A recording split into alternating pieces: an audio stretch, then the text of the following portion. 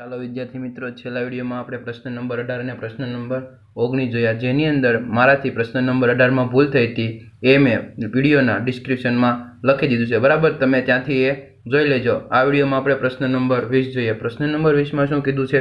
ધારો કે એક પાસાને તમે યાદચ્છિક રીતે આકૃતિમાં બતાવ્યા પ્રમાણે લંબચોરસ ક્ષેત્રમાં ફેંકો છો, તે 1 મીટર વ્યાસના વર્તુળની અંદર પડશે, તેની સંભાવના કેટલી? તો જુઓ મિત્રો, આ પ્રશ્નમાં આપણને કહેવામાં શું આવેલું છે કે એક લંબચોરસ ક્ષેત્ર છે, બરાબર? એની અંદર એક વર્તુળ છે જેનો વ્યાસ કેટલો છે? 1 મીટર છે, બરાબર? અને જે લંબચોરસ છે એની આપણને ડાયમેન્શન શું શું આપેલા છે કે ભાઈ ઊંચાઈ છે એ 2 મીટર છે અને લંબાઈ કેટલી છે? 3 મીટર છે, બરાબર? પછી આપણને કીધું છે શું? આપણે એક પાસો ફેંકીએ, બરાબર? તો એ પાસો છે એ જ્યાં ચોરસમાં પડે એની સંભાવના શોધવાની છે. તો આપણે આ દાખલો કઈ રીતે, પ્રશ્ન કઈ રીતે આપણે સોલ્વ કરશું? તો જુઓ વિદ્યાર્થી મિત્રો, આ જે છે, બરાબર, એ આખું આપણે પાસો ફેંકશું એટલે આ આખા ક્ષેત્રની અંદર ગમે ત્યાં પાસો ફેંકી શકાય, બરાબર? ગમે ત્યાં પાસો પડે તો એનો મતલબ શું છે કે આપણું જે કુલ પરિણામ છે, કુલ પરિણામ આપણે અહીંયા શું છે કે ભાઈ આપણું જે લંબચોરસ ક્ષેત્ર છે એમાં ગમે ત્યાં પાસો પડે. આપણને પછી કીધું છે શું? આપણે ઘટના કઈ લેવાની છે કે આપણો જે પાસો ફેંકીએ એ કેની અંદર આવે? વર્તુળની અંદર જ આવે. એટલે જો આપણી જે ઘટના છે એ કેટલા ક્ષેત્ર માટે વાત કરવામાં આવી છે? ખાલી ને ખાલી આટલા ક્ષેત્ર માટે. તો જુઓ આ દાખલો આપણે કઈ રીતે કરશું? તો આપણે ધારી લઈએ, હાલો પહેલા તો ઉકેલ લઈ લઈએ. ઉકેલ, ધારો કે ઘટના એને આપણે શું કહી દઈએ કે ભાઈ લંબચોરસ ક્ષેત્ર ઉપર પાસો ફેંકવામાં આવે તે વર્તુળની અંદર પડશે. તો આપણે લખીએ કે લંબચોરસ ક્ષેત્રની અંદર પાસો ફેંકતા પાસો વર્તુળ પર પડે, બરાબર? તો જો આપણને આપણા પ્રશ્નમાં કીધું છે શું કે લંબચોરસમાં, બરાબર, વર્તુળની અંદર આપણે લંબચોરસમાં પાસો ફેંકીએ, વર્તુળની અંદર પડે એની સંભાવના શોધવાની છે. તો અહીંયા આપણે કુલ પરિણામ કેટલું થશે? તો આપણું કુલ પરિણામ શું થશે કે ભાઈ પાસો આ લંબચોરસને ગમે એ ક્ષેત્ર ઉપર પડે તો આપણું કુલ પરિણામ એટલે શું કે ભાઈ આ લંબચોરસનું ક્ષેત્રફળ. તો આપણું કુલ પરિણામ બરાબર શું લખાય? લંબચોરસનું ક્ષેત્રફળ. તો લંબચોરસનું ક્ષેત્રફળ એટલે શું કહેવાય? લંબાઈ ગુણ્યા પહોળાઈ. તો લંબાઈ ગુણ્યા પહોળાઈ એટલે કેટલા? 3 ગુણ્યા 2 એટલે કેટલા? 6 મીટરનો વર્ગ. આપણું શું થઈ ગયું? કુલ પરિણામ. હવે આપણને કીધું છે શું ઘટનામાં? તો ભાઈ પાસાને આપણે ફેંકીએ લંબચોરસની અંદર તો પાસો ક્યાં પડે? વર્તુળની અંદર. વર્તુળની અંદર પડે એટલે આપણા માટે કઈ કેટલો એરિયો નક્કી થઈ ગયો ઘટના માટે? આટલો, વર્તુળના ક્ષેત્રફળ જેટલો, બરાબર? તો આપણે જે ઘટના એ છે એ સફળ થવા માટે આપણને કેટલું ક્ષેત્રફળ મળે? વર્તુળનું ક્ષેત્રફળ છે એટલું. તો ઘટના એ સફળ થાય એના માટેનું પરિણામ એટલે શું કહેવાય કે ભાઈ આપણા વર્તુળનું ક્ષેત્રફળ. તો આપણે લઈ લઈએ ઘટના એને સફળ થવા માટે આપણે પાસો છે, બરાબર, એ ક્યાં પડવો જોઈએ? વર્તુળની અંદર પડવો જોઈએ. પાસો વર્તુળની અંદર પડવો જોઈએ. તો આપણે ઘટના એ છે એ સફળ થવા માટેના આપણે પરિણામ આપણે કેટલા કહીશું? એટલે કે વર્તુળનું ક્ષેત્રફળ એટલે આપણે એના બરાબર શું લખશું? આપણે ઘટના એ સફળ થવા માટેના પરિણામ સંખ્યા બરાબર વર્તુળનું ક્ષેત્રફળ. વર્તુળનું ક્ષેત્રફળ શું આવે? πr² અથવા તો π/4 d નો વર્ગ. આ કઈ રીતે આવ્યું? r બરાબર શું કહેવાય? d ના છેદમાં 2. d ના છેદમાં 2 નો વર્ગ કરો એટલે શું આવશે? d નો વર્ગ છેદમાં 4 એટલે π/4 × d નો વર્ગ. આપણને d કેટલો આપેલો છે? 1 મીટર આપેલો છે, બરાબર? તો π/4 × d કેટલો આપેલો છે? 1 મીટરનો વર્ગ.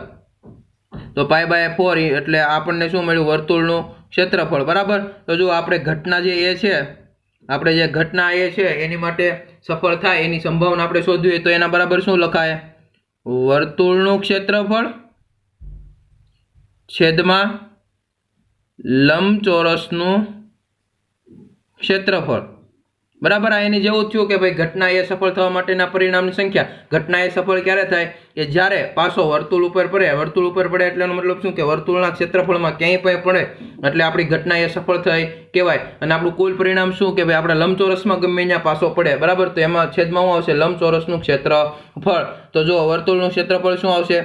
π/4, બરાબર? અને છેદમાં લંબચોરસનું ક્ષેત્રફળ કેટલું છે? 6. તો છેદમાં કેટલા આવશે? 6. तो આપણે આનો જવાબ શું આવશે? પાઈના છેદમાં 4 ગુણ્યા 6 એટલે કેટલા આવશે? 24.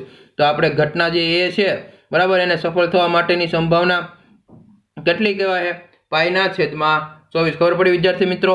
હવે આપણે પ્રશ્ન નંબર 21 જોઈએ.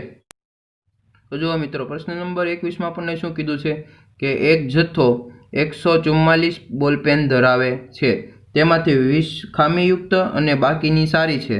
જો પેન સારી હશે તો નૂરી પેન ખરીદશે, પરંતુ જો તે ખામીયુક્ત હશે તો ખરીદશે નહીં. તો દુકાનદાર યાદચ્છિક રીતે કોઈ એક પેન કાઢે અને તેને આપે. તો એમાં આપણને પેલું કીધું છે કે ભાઈ તે પેન ખરીદશે એની સંભાવના. હવે આ પેન ક્યારે ખરીદશે? જ્યારે પેન સારી હશે ત્યારે. અને બીજું શું કીધું છે કે ભાઈ પેન નહીં ખરીદે એની સંભાવના. પેન ક્યારે નહીં ખરીદે? જ્યારે એને આ જે 20 પેન છે એમાંથી કોઈ એક પેન મળે ત્યારે.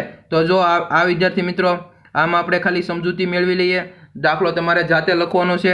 તો જો આપણને સૌપ્રથમ આપણે પ્રશ્ન જોઈએ. પ્રશ્નમાં શું કીધું છે કે ભાઈ એક જથ્થામાં 144 બોલપેન છે, જેમાં 20 ખામીયુક્ત બોલપેન છે બરાબર. બાકીની બધી કેવી છે? સારી છે.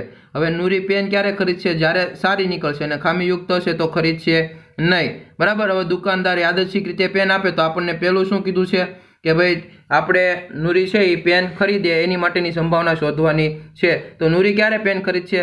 જ્યારે પેન કેવી નીકળે? સારી નીકળે. પેન સારી નીકળે એટલે કે આપણા જે કુલ જથ્થો છે એમાં બોલપેન કેટલી સારી છે એ ગોતવું પડે.